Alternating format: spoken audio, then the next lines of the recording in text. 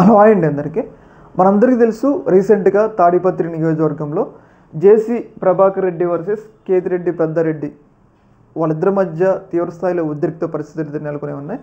మనం గమనించినట్లయితే దాదాపు 1 ఇయర్ తర్వాత రీసెంట్గానే కోర్టు ఆర్డర్ ద్వారా పెద్దిరెడ్డి తన తాడిపత్రిలో ఉన్న తన సొంత ఇంటికి అయితే వెళ్ళడమే జరిగింది.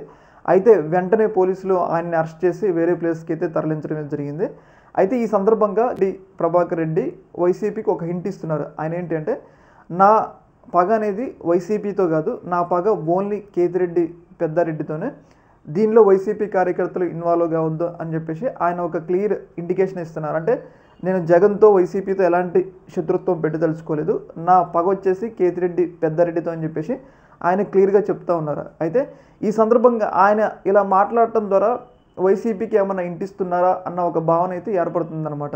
మనం రీసెంట్గానే చూసుకుంటే ఆయన ఒక మీటింగ్లో మాట్లాడుతూ నేనే భవిష్యత్తులోకి వైసీపీలోకి వెళ్తానేమో అన్న కొన్ని వ్యాఖ్యలు అయితే చేయటం జరిగింది. అంటే దీన్ని బట్టి ఏంటంటే ఆయన వైసీపీలో చేరడానికి ఏమన్నా గ్రౌండ్ ప్రిపేర్ చేసుకుంటున్నారా అన్న చర్చ అయితే నడుస్తుందన్నమాట. ఆయన ఈ సందర్భంలోనే కాదు, ఆయన కొన్ని సందర్భాల్లో కూడా వైసీపీ పట్ల సాఫ్ట్ కార్నర్ మనం గమనించుకున్నట్లయితే కూటమి ప్రభుత్వం గెలిచిన తర్వాత ఆయన బస్సులు కొన్ని తగలబడిపోయినాయి. దాని వెనక కొంతమంది కూటమి నేతలు ఉన్నారు, మీకన్నా జగనే మేలు, బస్సులు నిలబెట్టినాడు తగలబెట్టలేదు అని చెప్పేసి జేసీ ప్రభాకర్ రెడ్డి ఒక రకంగా ఆ సందర్భంలో జగన్మోహన్ రెడ్డి గారిని కొంచెం పొగిడినట్లు అనిపించింది.